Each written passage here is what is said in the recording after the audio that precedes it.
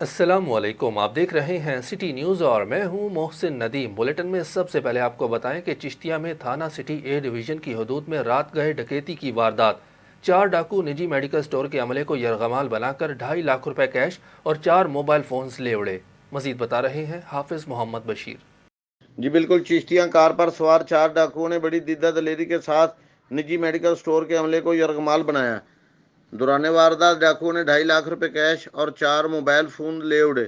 ڈکیتی کی واردات کی C C T V footage city news نے حاصل کر لی۔ فوٹیج میں واضح طور پر دیکھا جا سکتا ہے کہ 2 ڈاکو میڈیکل سٹور میں داخل ہوئے، سب سے پہلے سیکورٹی گارڈ سے اسلحہ چھینا اور عملے کو یرغمال بنایا، اور بڑی دیدہ دلیری سے 2 منٹ کے وقت میں 2.5 لاکھ روپے کیش اور 4 موبائل فون لے کر جاتے ہوئے دیکھا جا سکتا ہے۔